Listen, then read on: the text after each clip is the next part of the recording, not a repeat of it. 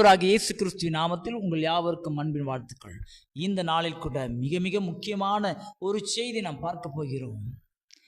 இயேசு சோதனையிலே சாத்தானை எப்படி ஜெயித்தார், சாத்தான் எப்படிப்பட்ட திட்டங்களை இயேசுக்கு முன்பாக அவன் வைக்கிறான் என்பதை நாம் பார்க்க போகிறோம். இயேசு கிறிஸ்து 40 நாள் உபவாசம் இருந்தார். அந்த உபவாசம் இருந்தபோது 40 நாளும் அவர் ஜெபித்து கொண்டிருக்கிறார்.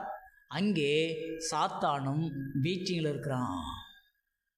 அப்போ இயேசு கிறிஸ்து உபவாசம் இருந்தபொழுது ஒரு ரகசியத்தை கூட சாத்தானுக்கு தெரிவிக்கவில்லை. ஜெப ரகசியத்தை, அவனுக்கு விரோதமாக இவர் என்ன ஜெபிக்கிறார் என்பதை அவனால் கண்டு கொள்ள முடியவில்லை. ஏன் தெரியுமா? சாத்தானுக்கு விரோதமாக நீங்கள் சோதனை ஜெயிக்க வேண்டும் என்று சொன்னால் பிதாவுக்கும் உங்களுக்கும், உங்கள் ஆத்துமாவுக்கும் தேவனுக்கும், உங்கள் ஆவிக்கும் தேவனுக்குமான ஒரு உறவிலே தான் நீங்கள் ஜெபிக்க வேண்டும். நீங்கள் வெளிப்படையாக ஜெபிக்க கூடாது என்பதை இயேசு கிறிஸ்து அங்கே கற்றுக் கொடுத்திருக்கிறார்.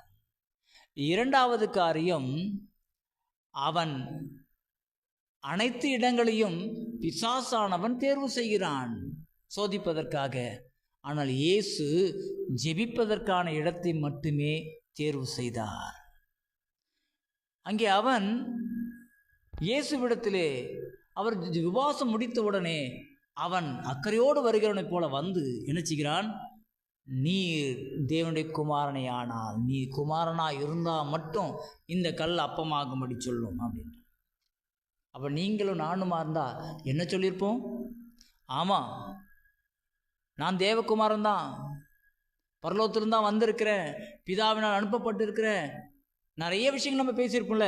ஆனால் இயேசு கிறிஸ்து அவன் கேட்ட கேள்விக்கான பதிலை அவர் சொல்லவில்லை. நீங்களும் உங்களுக்கு எதிராக பிசாசான் வந்து பேசினாலும், எதிராளிகள் யார் வந்து பேசினாலும், அவர்கள் நமது வாயிலிருந்து ஒரு விஷயம் வரணும்னு நினைப்பாங்க. அந்த விஷயத்தை நீங்கள் பேசாமல் இருந்தீங்கன்னா நீங்கள் ஜெயிக்க பிறந்தார்கள்.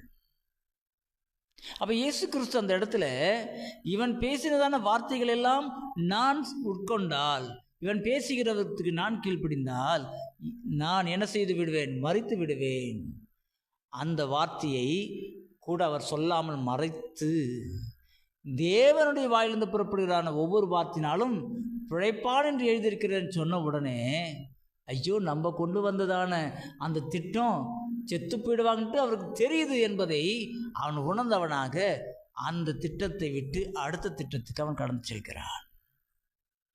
சாத்தானுடைய வார்த்தை என்றைக்கும் மரணத்தை கொண்டு வரும். பாவத்தின் சம்பளம் மரணம் என்று சொல்லியிருக்கிறது. பிசாசானான் மரணத்துக்கு அதிகாரியாக இருக்கிறான் என்று சொல்லப்பட்டிருக்கிறது. ஓகே, இரண்டாவது திட்டத்தை பாருங்கள். பிசாசானவன் இரண்டாவது திட்டத்துக்கு அழைத்து செல்கிறான். இங்கே அநேகர் என்ன நினைத்துக் கொள்கிறோம்? பிசாச அவரை தேவாலயத்து உப்பரிக்குமே கொண்டு போய் நிறுத்தி அப்படின்னு சொன்ன உடனே சாத்தான் தூக்கிட்டு போனான்னு கிறிஸ்தவங்க நினச்சிட்டு இருக்கிறாங்க.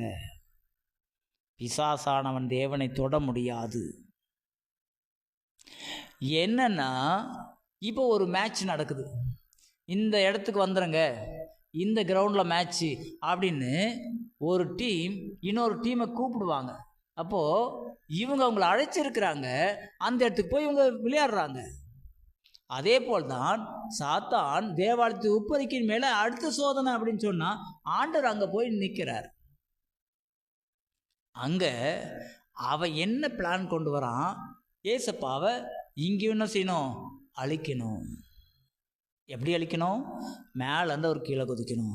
அதுக்கு என்ன செய்கிறான்? ஒரு வசனத்தை சொருகிறான். நீங்கள் என்ன செய்யுங்க? தாழ குதிச்சிங்கன்னா தேவத்தூரில் ஒன்று ஏந்தி கொண்டு போவார்கள். அப்போ உலகத்தில் இருக்க மக்களெல்லாம் உங்களை என்ன செய்வாங்க? அப்படி பறக்கிற அனுபவத்தில் பார்ப்பாங்க. இது ஒரு பெரிய, இது இரண்டாவது ஒரு மேஜிக்காக இருக்கும். முதல் மேஜிக், கல்ல என்ன செய், அப்பமா மாற்று அப்படின்ற மேஜிக். நாங்கள் சின்ன பிள்ளையா இருக்கும்போது மண்ணள்ளி சர்க்கரையாக காட்டுவாங்களே, அதே மாதிரி மாங்கொட்டையை நட்டு மாமரத்தை காட்டுவாங்களே, அதே போல் ஃபஸ்ட்டு சோதனையிலையும் இயேசு மேஜிக் பண்ண சொன்னால், இரண்டாவது சோதனையிலையும் உங்களுக்கு ஒரு மேஜிக்கான விஷயங்கள் நடக்கும், உலகம் உங்களை பயங்கரமாக பார்க்குன்ற மாதிரி என்ன செய்தான்? அவன் திட்டங்களை கொண்டு வந்தான். அப்போ ஆண்டவர் சொன்னார், உன் தேவனாகிய கர்த்தரை பரீட்சை பாராதிருப்பாயாக என்று எழுதியிருக்கிறது. இந்த 3 சோதனை நீங்கள் பார்த்தீங்கன்னா 3 சோதனையுமே இயேசு பேசுறதுக்கு பிறகு அவனால் பேசவே முடியல.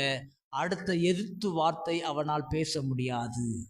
இதில் என்ன அர்த்தம் இருக்குன்னு சொன்னால், நீங்கள் தேவ வார்த்தை பேசுனீங்கன்னா சாத்தானால் எதிர்த்து பேச முடியாது. அல்லேலூயா. 3வது சோதனை மிக மிக முக்கியமானது.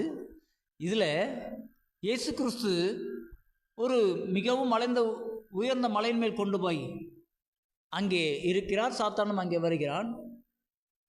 இந்த சோதனையிலே உலகத்தின் சகல ராஜ்யங்களையும் அவைகளின் மேன்மையையும் அவருக்கு காண்பிக்கிறான். விஷன் எல்லாத்தையும் காண்பிக்கிறான். ஒரு ராஜ்யபாரம்னு சொன்னால் கோல்டு நிறையா இருக்கும். நிறைய ராஜாக்கு வேண்டியதான அந்த கேர்ள்ஸ் இருப்பாங்க. அடுத்தது அவங்களுடையதான அமைச்சரவைகள் இருக்கும். அங்கே இருக்க ஆளுகைகள் இருக்கும். எல்லாரும் அந்த குடிமக்கள் எல்லாரும் அந்த கண்ட்ரோலுக்கு கீழே இருப்பாங்க. இப்படி ராஜா என்னென்ன விரும்புகிறாரோ அத்தனையும் தேவனுக்கு முன்பாக கொண்டு வந்து நிறுத்துகிறான். இயேசுக்கு முன்பதாக இயேசு இவையெல்லாம் ஆசைப்பட்டு அவர் என் காலில் விழுந்து விடுவார் என்று சொல்லி அவன் நினைத்தான். இது எதற்காக நினைத்தான் தெரியுமா? ஒருவேளை இயேசு கிறிஸ்து என் காலிலே விழுந்து விட்டார், எனக்கு நரகம் என்பதே அவரால் கொடுக்க முடியாது. ஒருவேளை அவர் விழுந்து விட்டால் சொர்க்கத்தையும் மக்களுக்கு அவரால் கொடுக்க முடியாது. இதுதான் அவன் பிளான். நான் நரகத்துக்கு போகக்கூடாது. அதுக்கு நான் என்ன செய்யணும்? ஃபஸ்ட்டு அவரை சோதனையில் என்ன செய்யணும்? அவரை சாகடிக்கணும். 2வது சோதனை இயேசுவை சாகடிக்கணும். மேலேருந்து கீழே விழுந்தா என்ன ஆகும்? செத்து போயிடுவாங்க. அப்போ 3வது சோதனையும் என்ன செய்கிறான்னு சொன்னால் காலில் வேணும்னு சொல்கிறான். அப்போது இவன் நரகத்துக்கு போகக்கூடாதுன்னு விரும்புகிறான். ஆண்டவர் விடுவாரா? பரலோகத்தை மக்களுக்கு கொடுக்கூடாதுன்னு நினைக்கிறான். ஆண்டவர் விடுவாரா? அவருடைய பிளான் என்னது? இந்த பூமியிலுக்கு தானே ஒவ்வொரு மக்களுக்கும் அவர் பரலோக ராஜ்யத்தை கொடுக்க வேண்டும் என்றதான அனாதி தீர்மானத்தினாலே அவர் இந்த பூமியிலே மனிதனை நேசித்து இறங்கி வந்திருக்கிறார். ஆனால் பிசாசானவன் தேவனை வீழ்த்தலாம் என்று சொல்லி நினைத்ததான 3 திட்டங்களிலேயும் அவன் விழுந்து போனான். அவனை பார்த்து சொல்கிறார், அப்பாலே போ சாத்தானே, உன் தேவனாகிய கர்த்தர் ஒருவரையே பணிந்து கொண்டு அவர் ஒருவருக்கே ஆராதனை செய்வாயாக என்று எழுதியிருக்கிறதே. இந்த 3 சோதனையிலையும் சாத்தான் தோற்று போனான். இன்று நமது வெற்றியுள்ள வாழ்க்கை 3 சோதனை வந்தால் 3லும் ஜெயிக்கணும். 10 சோதனை வந்தால் 10லும் ஜெயிக்கணும். எத்தனை சோதனை வந்தாலும் அத்தனையும் ஜெயிக்கக்கூடியதான அதிகாரத்தையும் வல்லமையும் தேவன் வசனங்களின் மூலமாக நமக்கு கொடுத்திருக்கிறார். சாத்தானும் வசனத்தின் மூலமாக தான் வருவான். நீங்களும் வசனத்தை கொண்டு தான் ஜெயிக்கணும். அவனுடைய திட்டம் வசனத்திலே சில விஷயங்கள் என்ன செய்வான்? உள்ள சொருகுவான். உங்களை வீழ்த்துவதற்கான வசனங்களை உள்ள கொண்டு வருவான். அவனை வீழ்த்துவதற்கான தேவனின் வசனத்தை நீங்கள் பேசும்பொழுது அவன் தோற்று போவான். அன்பான தேவ பிள்ளைகளே, ஒவ்வொரு ஊழியக்காரனுக்கும் ஒவ்வொரு விசுவாசிக்கும் இயேசுப்பாவை பின்பற்ற ஒவ்வொருவருக்கும் இப்படிப்பட்ட சோதனைகள் வரும். நீங்கள் உபவாசத்தை நல்ல ஊழியத்தை செய்யணும்னு நீங்கள் நினச்சிட்டு இருக்கும்போது இப்படிப்பட்ட சோதனைகள் வரும். சாப்பாட்டில் தான் வரும். 2வது ஊழியத்தில் நல்ல டாப்பில் இருக்கும்போது அப்போ சோதனை வரும். விசுவாசிகளால் சோதனைகள் வரும், பிரச்சனைகள் வரும். 3வது நீங்கள் தனிமையில் இருக்கும்பொழுது உங்களுக்கு ராஜ்யத்தை குறித்து, மேன்மை குறித்து, பெருமையை குறித்து இப்படி பல விஷயங்கள் உங்களை நோக்கி சாத்தான் கொண்டு வருவான். அப்பொழுதெல்லாம் நீங்கள் சொல்ல வேண்டிய ஒரே வார்த்தை, அப்பாலே போ சாத்தானே என்று நீங்கள் விரட்டுவீர்கள் சொன்னால் அவன் உங்களை விட்டு விலகி போவான். தேவ ராஜ்யத்தை கட்டும்படியாக இயேசு இந்த பூமிக்கு வந்தபொழுது சோதனை ஜெயித்த பிறகு அவர் முதல் பேசின வார்த்தை, மனம் திரும்புங்கள், பரலோக ராஜ்யம் சமீபித்திருக்கு என்று பேசினார். நம்முடைய தேவன் பரலோகத்தை கொடுக்கும்படியாகத்தான் வந்தார். ஆனால் சாத்தான் இந்த உலகத்திற்கு தான ஒவ்வொரு மக்களையும் நரகத்தினரை கொண்டு போகும்படியான திட்டங்களோடு கூட வருகிறான். அவைகளெல்லாம் எப்படி ஜெயிக்க வேண்டும் இயேசு கற்றுக் கொடுத்தார்.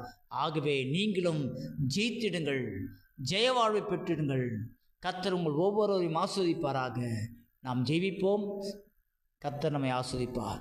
எங்கள் அன்பு பிதாவே, ஆண்டவர் கேட்ட ஒவ்வொரு சத்தியத்தையும் ஆண்டவர் அவர்களுக்குள்ளாக இதயத்துக்குள்ளாக வைத்து ஆண்டவர் அதை தியானித்து அதிலே தேவன் எப்படிப்பட்ட விஷயங்களை பேசி ஜெயித்திருக்கார் என்பதை கற்றுக்கொள்ள உதவி செய்வீராக. எப்படி ஜெபிக்க வேண்டும், எப்படி ஒவ்வொரு பிறரிடத்தில் பேச வேண்டும், எப்படி சத்துருவிடத்தில் ஜெயிப்பதற்கான திட்டங்களை நாம் செய்ய வேண்டும் என்று ஒவ்வொன்றையும் நிதானித்து தியானித்து ஆண்டவரை உம்முடைய சமூகத்தில் உட்கார்ந்து கற்றுக்கொள்ள நீர் உதவி செய்வீராகப்பா. ஒவ்வொரு நாளும் ஜெயிக்க உதவி செய்வீராக. மகிமை தங்கியிருக்கட்டும். இயேசு மூலம் கேட்கிறோம் நல்ல பிதாவே. ஆமேன், ஆமேன், ஆமேன். God bless you. இதை கேட்டதான ஒவ்வொரு மக்களும் இந்த சத்தியங்களை அநேகருக்கு ஷேர் பண்ணுங்கள். கண்டிப்பாக சப்ஸ்கிரைப் பண்ணுங்கள். கண்டிப்பாக லைக் பண்ணுங்கள்.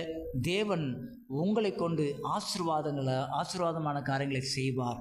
ஏன்னு சொன்னால் நான் கேட்கிறதான காரியம் என்னென்னா, எல்லா மக்களுக்கும் தேவனுடைய செய்தி போகணும். ஆகவே தொடர்ந்து நம்முடையதான சேனலுக்கு சப்போர்ட் பண்ணுங்கள். God bless you.